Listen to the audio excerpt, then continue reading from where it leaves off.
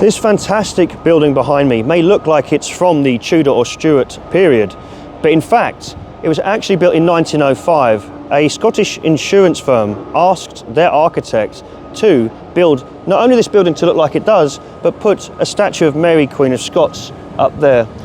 And I love this statue, and for the glory of the story of Mary, Queen of Scots, I find it quite strange that this is the only statue that I could find at first glance.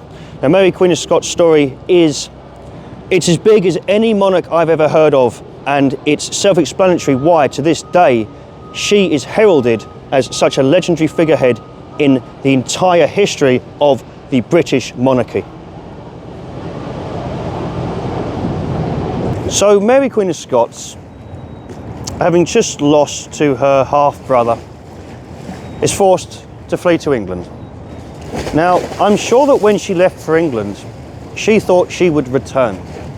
But the truth is, the Queen spent more time in English captivity than any other part of her life. In her mind, once again referring to the idea of divine right to rule, she believed that fate, almost God, her subjects, something would help her find her way back to, if not the throne, at least Scotland. She also had friends in France. Obviously, Catholic Europe in general would have sympathised with her.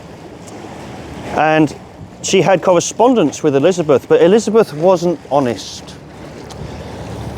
Elizabeth knew that Mary, like the rest of her family, was an incredible threat to not just her throne, but the Tudor legacy.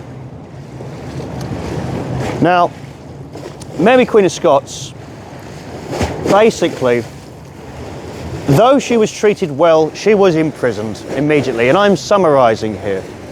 And what happened down the line was several alleged plots were found blaming Mary, and in my opinion, these were attempts to discredit her further, because Mary wanted to meet Elizabeth. Mary wanted to talk about restoring herself in Scotland, but she'd been led on.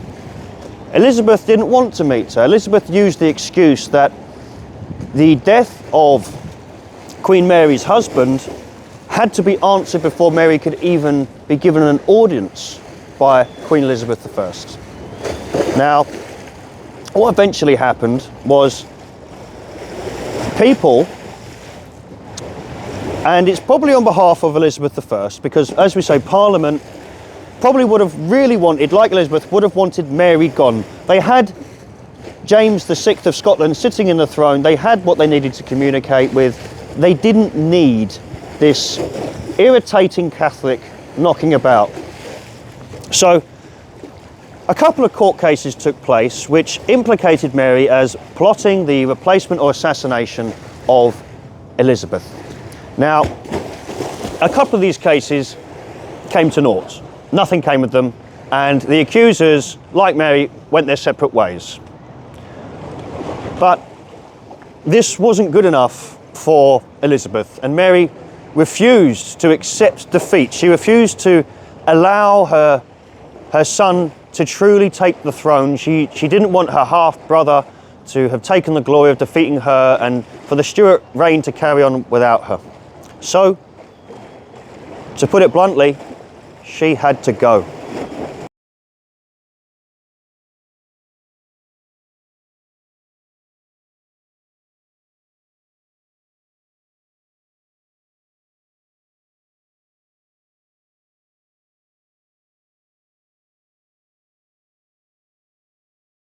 So, to secure Elizabeth's throne, in 1584 we saw the Bond of Association, which was put into action by Elizabeth's Privy Council, her closest.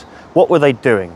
They were capitalising on these alleged plots. Now, what the Bond of Association meant was, if I or a bunch of people plan to murder the Queen, whoever we plan to replace the Queen with will lose their right to the throne if they have one. It sounds absolutely ridiculous. What if the person doesn't know we're making this plan? So to me, this sounds like a stitch-up. This sounds like a stitch-up waiting to happen especially if there's no actual evidence for the previous alleged plots. It almost sounds to me like you're either waiting for another plot, or you may even be about to hatch one yourself.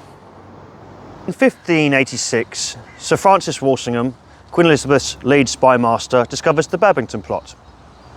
Now, interestingly, John Ballard was arrested on the 4th of August of that year, and he was the one who, under torture, implicated Babington. The plot was basically said to be a set of letters between Babington, conspirators, and Mary to not only replace the throne with the Catholic monarch of Scotland, but to bring the Spanish and French forces in order to do so. This was a huge accusation and would surely be the very last time they'd have to make any accusations of the sort. Babington was found guilty. Him and a series of other men were hung, drawn and quartered. They were found guilty for treason against the country and the crown, and so, therefore, was Mary, Queen of Scots. Many people on both sides felt that this was a wrongdoing. And Elizabeth, allegedly, was supposed to have been talked into signing the death warrant. Allegedly, it was her advisors that talked her into it. And the bloody execution, which is upcoming for Mary, allegedly haunted, plagued Elizabeth. Well, we'll never know if that's really true.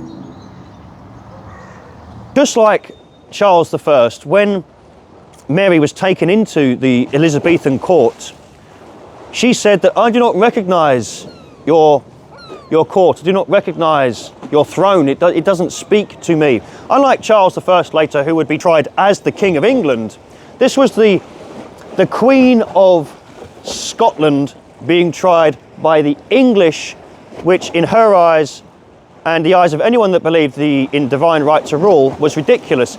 Elizabeth had even tricked Mary when Mary had gained support from some Spanish and French troops. Now, she only said this via messengers, whilst Mary wrote back in writing, I will then stand down my troops, that she'd hoped to take troops from England to Scotland to take back her land. But how naive she'd been, because Elizabeth had already been speaking with Mary's half-brother, James Stuart, who was reigning in place of her son until he was old enough to say that he had no intention of ever letting Mary take the throne of Scotland back or lead an army. And so poor Mary, it must have been emotionally devastating for her to realise that after being led on so long, that this has all been a waste of time and that she is destined to live or die in England. And to this day, Scots and English alike mourn such a tragedy. There's even stories that suggest that the English during the Elizabethan era, many of the guards, or maybe even people of influence, found it deplorable and said that how can Elizabeth hold this woman without evidence? But as we know, evidence has nothing to do with it when you're protecting one of the most powerful seats in the world.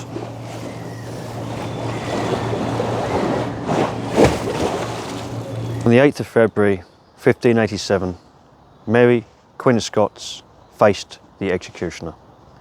Her cousin, Queen of England, Queen Elizabeth I, had signed her death warrant in front of up to allegedly 300 people. This was an incredibly emotive affair. Apparently the ladies in waiting of Mary, Queen of Scots were very grief-stricken on the lead up. Never mind when the execution actually took place. Apparently they were noticeably distraught and unable to function. Apparently a lot of people were unable to function. And let's remember, this is no ordinary execution. This isn't just a monarch being executed. This is a Scottish monarch being executed by England. This is humongous. Now, Mary is said to have been incredibly brave. She dressed in dark colours and entered the room. Now, what happened to her was, if it's true what happened to her, it's very unfortunate. Now, executioners used to need to be quite skilled, and many people would pay them before being executed in order to ensure that they would be executed as swiftly as possible. As strange as it sounds, you want to cause the person that's being executed as little pain as possible, unless of course it was being hung, drawn and quartered. But the story goes that when the executioner, who by the way was pardoned, so this must have been especially awkward for him, because Queen Mary forgave the executioner and all those responsible ahead of her execution, and then the executioner, when he strikes her the first time, strikes badly, strikes her in the head, and apparently she lets out a noise and she's still alive. He messes up again. One account says, or some accounts say, that then the head came off with the third strike, but other accounts say that he had to pull out his dagger and cut her head off. Now, I hope this isn't true, but I don't see why it wouldn't be. But another little bit of historical interest, shall we say, that I can't say whether it is true or not, because if you was going to slander or you was going to put Mary Queen of Scots down, this is a little rumour that you'd definitely invent. It's said that when the executioner lifted Mary's head, he didn't know she was wearing a wig, and her head allegedly fell onto the floor. Even stranger than this is another story which I find a little bit difficult to believe, but maybe it's true, is that her dog was secreted under her dress, and when the executioner bent down and grabbed her dress, a dog come scurrying out and then ran around and around her body, yelping and showing signs of grief.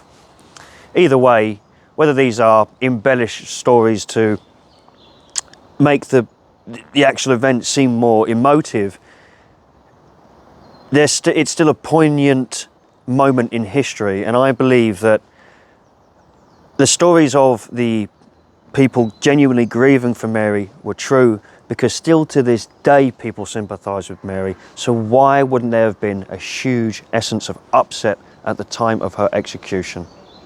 Elizabeth fell into manic depression towards the end of her life, and it's said that decisions like this one with Mary Queen of Scots helped her decline mentally and physically. She would stare into space, and some would speculate as to whether she was reflecting upon every good and bad decision she'd ever made.